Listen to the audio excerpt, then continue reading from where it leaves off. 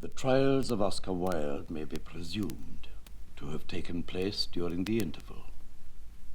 Oscar Wilde and Alfred Taylor. The crime of which you have been convicted is so bad that one has to put stern restraint upon oneself to prevent oneself from describing, in language which I would rather not use, the sentiments which must rise to the breast of every man of honor who has heard the details of these two terrible trials. It is no use for me to address you. People who can do these things must be dead to all sense of shame, and one cannot hope to produce any effect upon them. It is the worst case I have ever tried. That you, Wilde, have been the center of a circle of extensive corruption of the most hideous kind amongst young men, it is impossible to doubt. I shall, under these circumstances, be expected to pass the severest sentence that the law of England allows. In my judgment, it is wholly inadequate in such a case as yours. The sentence of the court is that each of you be imprisoned and kept to hard labor for 2 years. There was a brief silence with some odd cries of shame, shame, and suddenly Oscar Wilde himself cried out, "And I? May I say nothing, my lord?"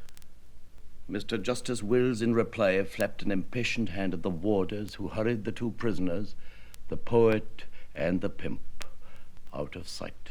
And yet, one cannot help wondering, if Oscar Wilde had been allowed to speak at that moment, what would have happened?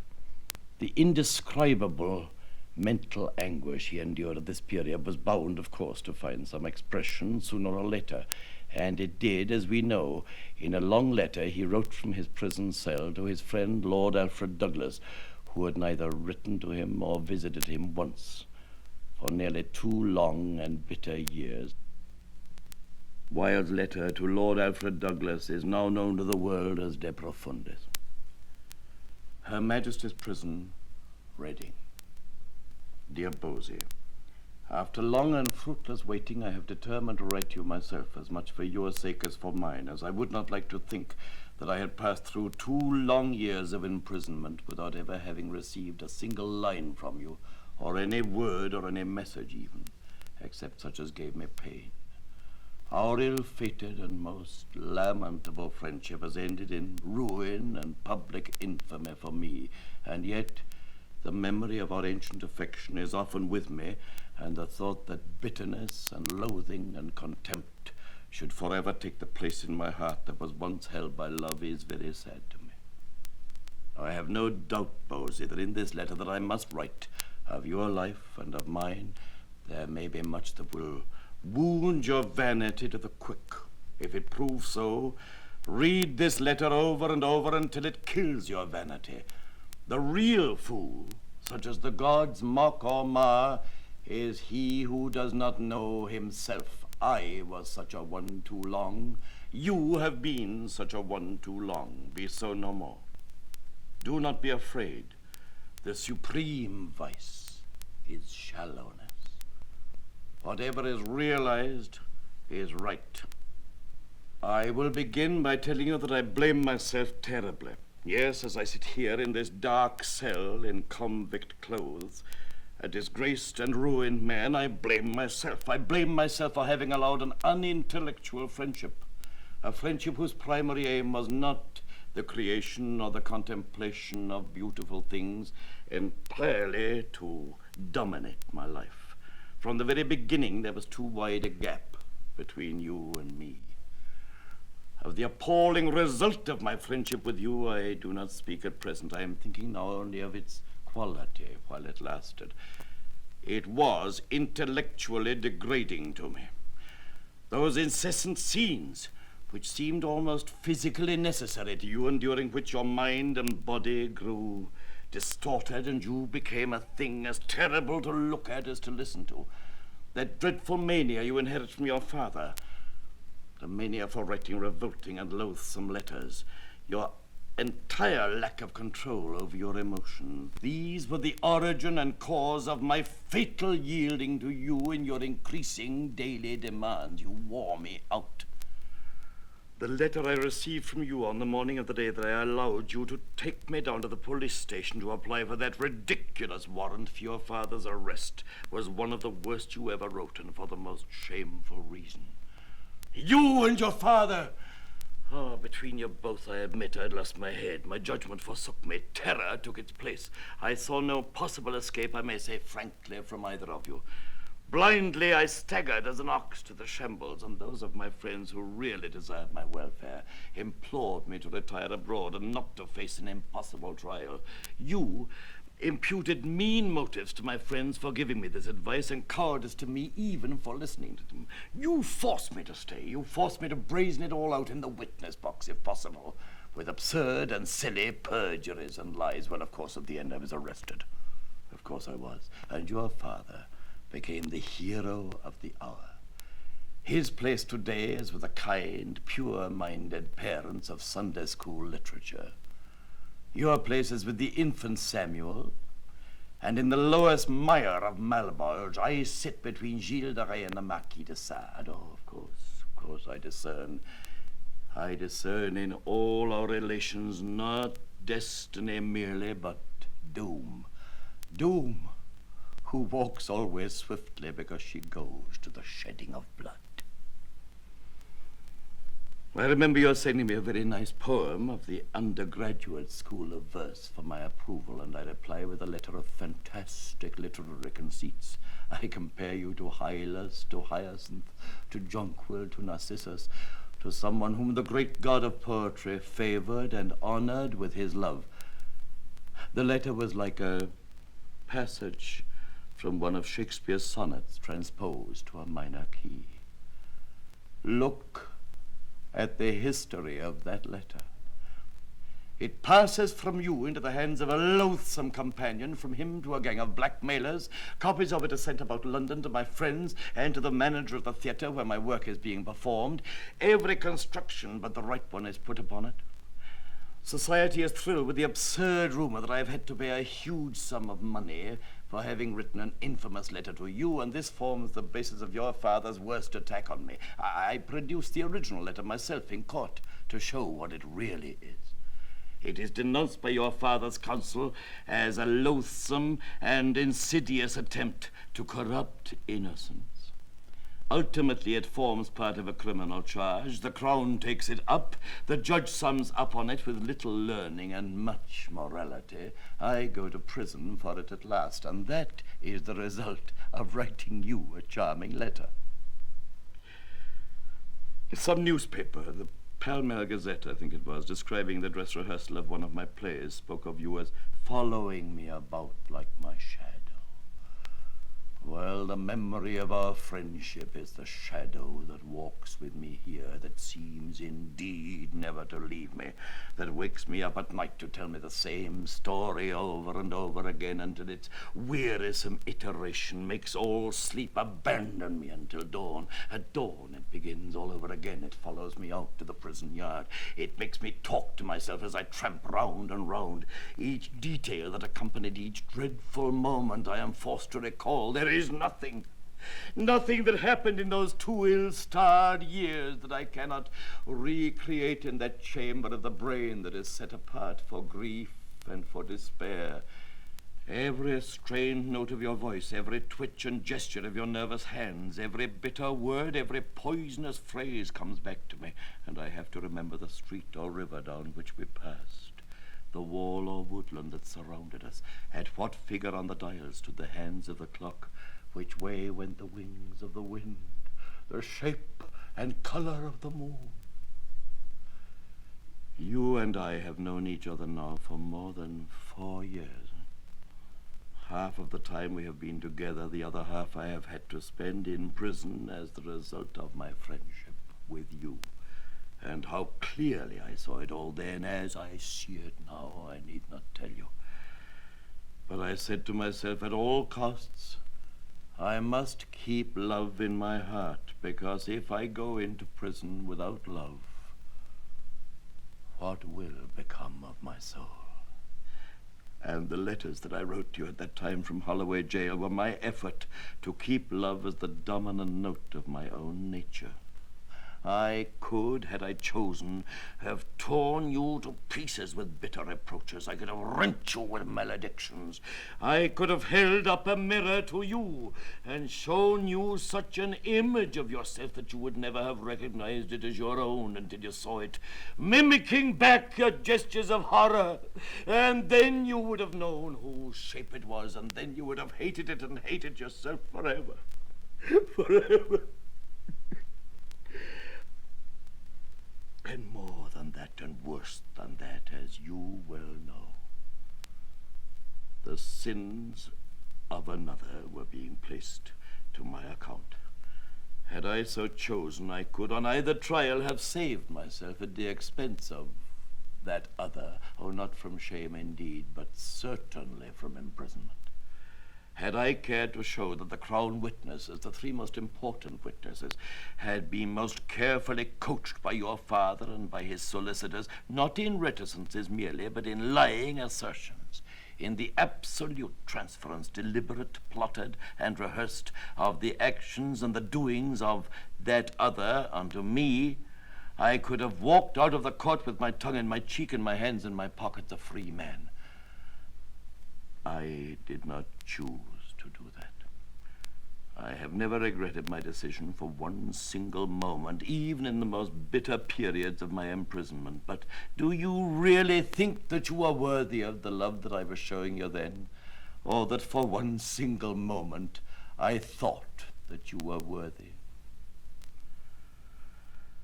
Sorrow after sorrow has come beating at the prison doors in search of me. They've opened the gates wide and let them all in. Hardly if at all have my friends been allowed to see me here. My enemies, they've been allowed free access all the time. Twice in my public appearances at the bankruptcy court, and twice again in my public transferences from one prison to another have I been shown under conditions of the most unspeakable humiliation to the gaze and the mockery of men.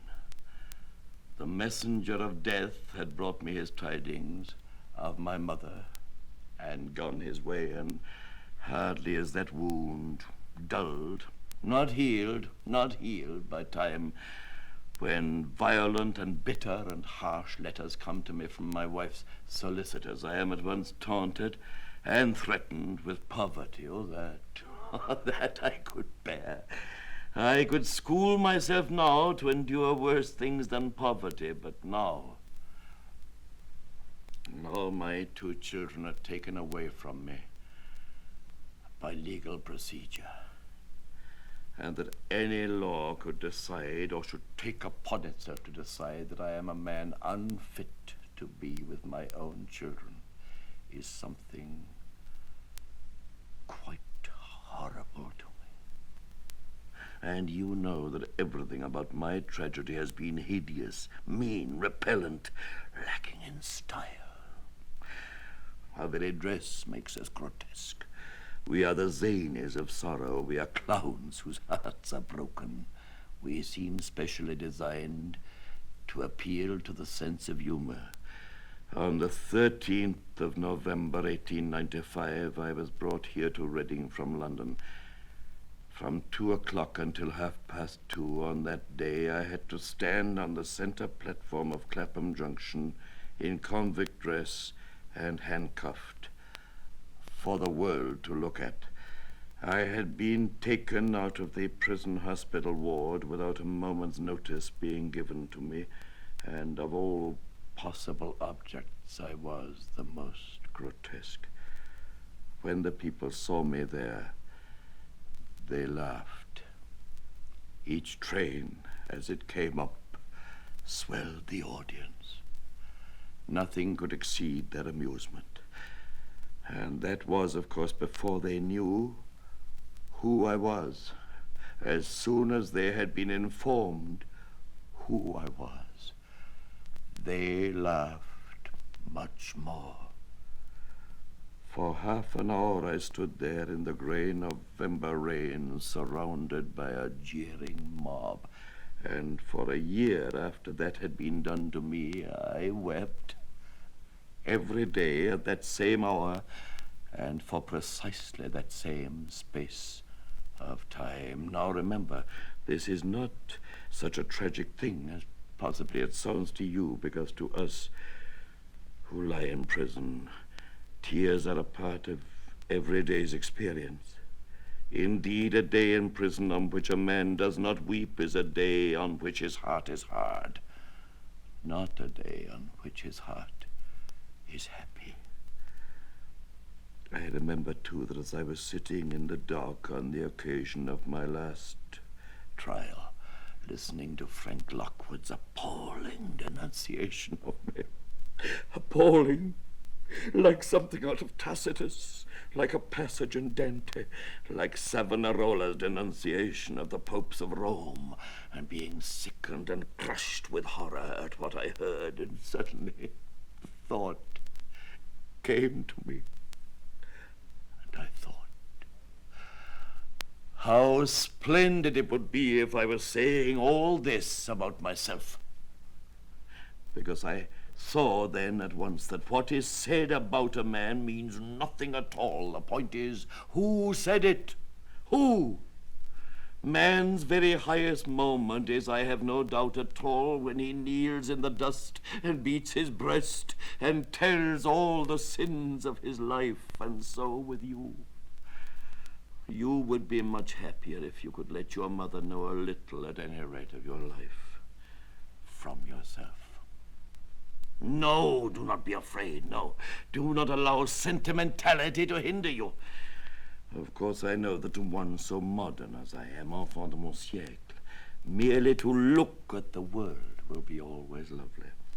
I tremble with pleasure when I think that on the very day of my leaving prison, both the laburnum and the lilac will be blooming in the gardens, and that I shall see the wind stir into restless beauty the swaying gold of the one, and make the other toss the pale purple of its plumes, so that all the air shall be Arabia for me. Linnaeus fell on his knees and wept for joy when he saw for the first time the long heath of some English upland made yellow with the tawny aromatic blossoms of the common firs. And I know that for me, to whom flowers are a part of desire, there are tears waiting in the petals of some rose. And it has always been so with me from my earliest boyhood. It's like Théophile Gautier, I have always been one of those pour qui le monde visible existe. But all trials are trials for one's life, just as all sentences are sentences of death, and 3 times have I been tried. So that society as we have constituted it will have no place for me, can never indeed again have any place to offer me. But nature, whose sweet rains fall on unjust and just alike, will have clefts in the rocks where I may hide, and secret valleys in whose silence I may weep undisturbed.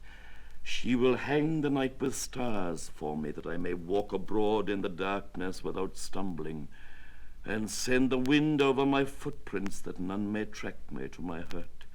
She will cleanse me in great waters, and with bitter herbs make me whole. And incomplete and imperfect as I am, yet from me you may still have much to gain. You came to me once long ago, do you remember?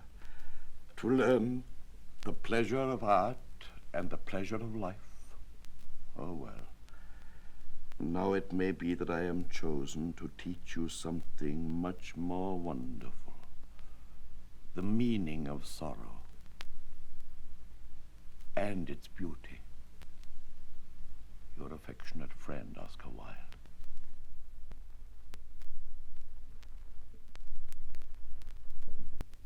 Yet there were moments, even in the blackest hours of his prison life, in which the incurably blithe spirit of his humor came dancing forth once more. One of his warders, it seems, had a great taste for reading, a very kindly Cockney fellow whose name was Martin, And one day, in a conversation with his distinguished prisoner, Warder Martin said, Excuse me, sir, excuse me, Mr. Wilde, but on this subject of literature, which is what we have been, what about Charles Dickens? What I mean to say, sir, is would Charles Dickens, in your opinion, be considered as a really, truly great writer, eh? Charles Dickens? Oh, but of course he would. You see, he's dead. Oh, I see. I hadn't thought about that. Yeah. Still, I see what you mean, though. Charles Dickens is dead, same as Shakespeare, huh? I see. Well, now, on the same subject, Mr. Wilde, sir, excuse me, I'm sure, for detaining you, but what about the great novelist, Mr. John Strange Winter, eh? The novelist of the century, as he was referred to in my Sunday newspaper last Sunday. He must be making thousands, you know, he must. Thousands he must be made. When I think of it, him there and you here, eh? Still, that's the way it is, you know. Well, what I'd like to hear, though, excuse me, Mr. Wilde, was your own opinion, like one great writer talking about another great writer. What would you say yourself about the work of Mr. John Strange Winter? What would I say myself about the work of Mr. John Strange Winter? Well, now, dear friend, dear Martin, as you are such a passionate admirer of that most popular novelist, I'm sure it will interest you to know that, in fact, Mr. John Strange Winter is a lady. Oh, yes, didn't you know that? Oh, I assure you it's true, yes, and I believe a charming and fascinating lady, too. In fact, from everything I hear, I feel quite convinced that I would much rather spend my time talking to her than reading him. Oh, see. Well, you live and you learn, that's all I can say. It's true, the old adage, you live and learn. You mean to tell me, Mr. White, that in point of fact, Mr. John Strange Winter is a female, is he? Oh, I don't know what we'll come into in this century. Good thing it's nearly over, if you ask me. Well, there you are. Facts is facts, I suppose. Still, on the subject of the ladies, Mr. Wilde, excuse me now, but what would you say about Miss Marie Corelli, eh? Oh, Marie Corelli. I've got all her books at home, you know, read some of them 2 or 3 times over. What would you say? I mean, would you imagine yourself now that she would be classed like with the really great lady writers of the world, like the Sisters Brunt? There was a delicate pause, and then Wilde said very gravely, "Now remember, my dear friend, I am not saying a word against the moral character of Miss Marie Corelli, not one single word. But frankly, from the way she writes, she ought to be here instead of me." Oscar Wilde was released from prison on the 19th of May, 1897, and amongst those who gathered to welcome him at the house of the Reverend and indeed the heroic Stuart Headlam was Wilde's old friend, the Sphinx, Mrs. Ada Leverson. And it is Mrs. Leverson who has left us what is perhaps the best of all the descriptions of this reunion. "We all felt acutely embarrassed," she confesses, "at the idea of seeing poor Oscar again. But the moment Oscar himself came into the room, he set us all at our ease, because he came in with all the dignity of a king returning from exile. He came in talking, laughing, smoking a cigarette, with waved hair and a flower in his buttonhole, and his first words to me were, 'Sphinx!' Ah, my dear Sphinx. But sphinxes are minions of the moon, and you rise at dawn to welcome me. And my dear Sphinx, how absolutely marvelous of you to know exactly the right sort of hat to wear at 7 o'clock in the morning to welcome a friend who has been away. You can't have got up. You must have sat up." Well, he went on talking his usual light and rather trivial fashion for a while, and then he sat down and wrote a letter and sent it by cab to a Catholic retreat, asking if he might retire there for some 6 months or so, and while waiting for an answer, he lounged in a corner of the sofa, smoking cigarette after cigarette, telling one fantastic story after another, occasionally keeping the room in fits of laughter. And presently he said, "Sphinx, do you know one of the really dreadfully cruel punishments that happen to prisoners when they are away? They are not allowed to read that great newspaper, the Daily Chronicle. Did you know that? Did you? Well, they're not. Coming along on the train, I begged to be allowed to read it myself. No, out of the question. I then suggested, very humbly, of course, that I might possibly be allowed to read it upside down. To this, to my enormous astonishment, my captors consented. And so, my dear Sphinx, all the way from Reading to London, I read the Daily Chronicle upside down, and I've never enjoyed it so much in all my life before. It is obviously the only way to read a newspaper. Presently the man returned with a letter. They all looked away, it seems, while Oscar read it.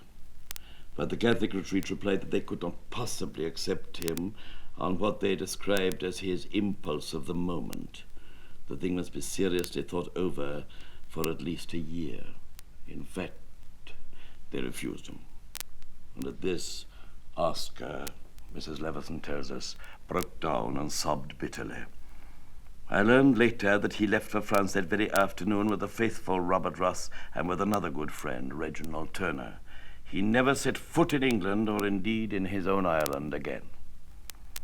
Oscar Wilde never pretended to any great regard for consistency. Indeed, there is a legend that he had once included it in his list of what he himself called the 7 deadly virtues. And even his righteous indignation against Lord Alfred Douglas didn't last long. And we have heard something of the violence and the bitter sincerity of that from De Profundis. But it did not last, for he went back to him that same year in Italy. He rejoined him at Posillipo in Naples, where Lord Alfred had a villa by the sea, and it was in that same villa, the Villa Giudice, that Oscar Wilde completed the poem that was to be his last work. A curious thing was that he never dedicated this poem to Gide or to Ross or to Lord Alfred or to any of his intimate friends, but to an English soldier with whom he had never exchanged a word. His compassion had been stirred by the agony of this man, who was executed for the murder of his own wife on July the 7th, 1896. To him, Oscar Wilde dedicated the poem that he called The Ballad of Reading Gaol. He did not wear his scarlet coat, for blood and wine are red, and blood and wine were on his hands when they found him with the dead, the poor dead woman whom he loved and murdered in her bed. He walked amongst the trial men in a suit of shabby grey. A cricket cap was on his head, and his step seemed light and gay, but I never saw a man who looked so wistfully at the day. I never saw a man who looked with such a wistful eye upon that little tent of blue that prisoners call the sky, and at every drifting cloud that went with sails of silver by. I walked with other souls in pain within another ring, and was wondering if the man had done a great or little thing, when a voice behind me whispered low, "That fella's got to swing." Dear Christ! The very prison walls suddenly seemed to reel, and the sky above my head became like a cask of scorching steel, and though I was a soul in pain, my pain I could not feel. I only knew what hunted thought quickened his step, and why he looked upon the garish day with such a wistful eye. The man had killed the thing he loved, and so he had to die. Yet each man kills the thing he loves. By all, let this be heard. Some do it with a bitter look, some with a flattering word. The coward does it with a kiss, the brave man with a sword. Some love too little, some too long, some sell and others buy. Some do the deed with many tears, and some without a sigh. For each man kills the thing he loves, yet each man does not die. He does not die a death of shame on a day of dark disgrace, nor feel a noose about his neck, nor a cloth upon his face, nor drop feet foremost through the floor into an empty space. He does not wake at dawn to see dread figures throng his room, the shivering chaplain robed in white, the sheriff stern with gloom, and the governor all in shiny black with the yellow face of doom. So, with curious eyes and sick surmise, we watched him day by day, and wondered if each one of us would end the self-same way. for none can tell to what red hell his sightless soul may stray. We sewed the sacks, we broke the stones, we turned the dusty drill, we banged the tins and bowled the hymns and sweated on the mill. But in the heart of every man, terror was lying still. So still it lay that every day crawled like a weed-clogged wave, and we forgot the bitter lot that waits for fool and knave, when once, as we tramped in from work, we passed an open grave. Then back we went with souls intent on death and dread and doom. The hangman with his little bag went shuffling through the gloom, and I trembled as I groped my way into my numbered tomb. That night the empty corridors were full of forms of fear, and up and down the iron town stole feet we could not hear, and through the bars that hide the stars white faces seemed to peer. At last I saw the shadowed bars like a lattice wrought in lead move right across the whitewashed wall that faced my three-plank bed, and I knew that somewhere in the world God's dreadful dawn was red. With sudden shock the prison clock smote on the shivering air, and from all the jail rose up a wail of impotent despair, like the sound that frightened marchers hear from a leper in his lair. And as one sees most fearful things in the crystal of a dream, we saw the greasy hempen rope hooked to the blackened beam, and heard the prayer the hangman's snare strangled into a scream, and all the woe that moved him so that he gave that bitter cry, and the wild regrets and the bloody sweats none knew so well as I. For he who lives more lives than one, more deaths than one, must die. The warders strutted up and down and watched their herd of brutes. Their uniforms were spick and span, and they wore their Sunday suits, but we knew the work they had been at by the quicklime on their boots. For where a grave had opened wide, there was no grave at all. Only a stretch of mud and sand by the hideous prison wall, and a little heap of burning lime, that the man should have his pole. For he has a pole, this wretched man, such as few men can claim. Deep down below a prison yard, naked for greater shame, he lies, with fetters on each foot, wrapped in a sheet of flame, and all the while the burning lime eats flesh and bone away. It eats the brittle bone by night and the soft flesh by day. It eats the flesh and bone by turn, but it eats the heart always. For 3 long years they will not sow nor root nor seedling there. For 3 long years his unblessed grave must sterile be and bare, and look upon the wondering sky with unreproachful stare. They think a murderer's heart would taint each simple seed they sow. It is not true. God's kindly earth is kindlier than men know, and the red rose would but blow more red, the white rose whiter blow.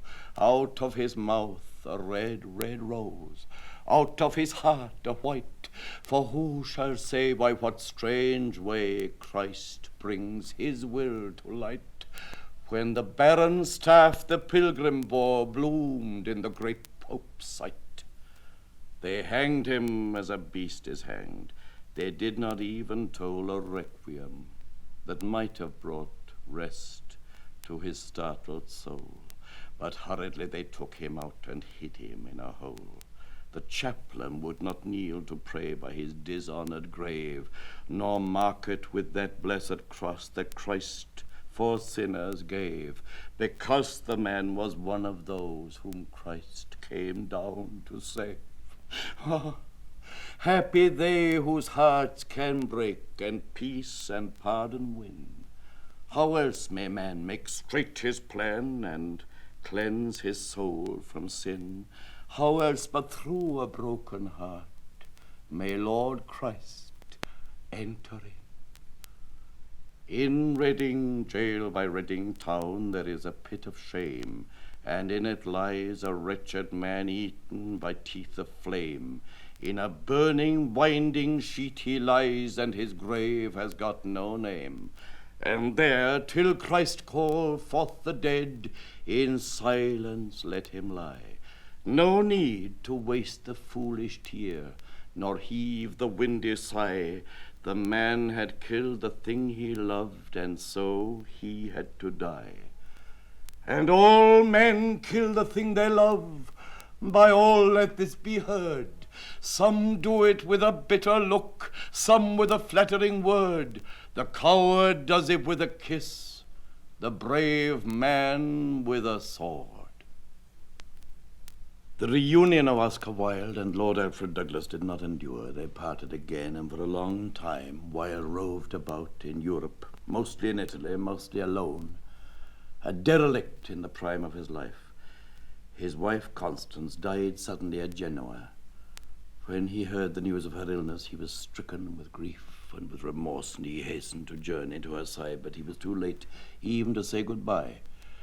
He covered her grave with red roses. He drifted southward again, to Rome, to Naples, as far as Sicily.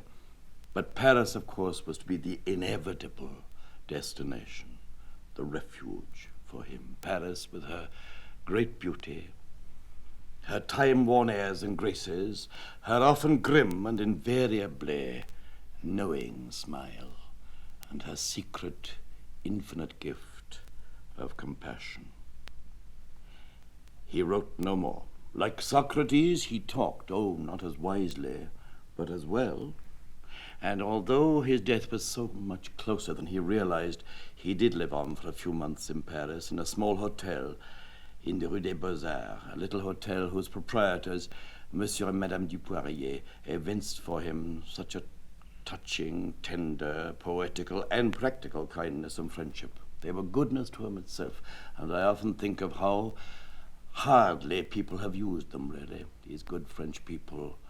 How hardly many of Wilde's own biographers have dealt with them. Not all, but so many of whom have insisted and go on insisting on the wretched, sordid little place in which the poet passed his last days, and indeed where he died. Now, in point of fact, the little Hôtel d'Alsace in the Rue des Beaux-Arts, it's still there. You can see it to this day in Paris. It was the first place in the world to honor the still dishonored poet by boldly placing a plaque upon its outer walls, informing the passer-by that here it was that the great Dublin wit, dramatist, and poet had lived and died.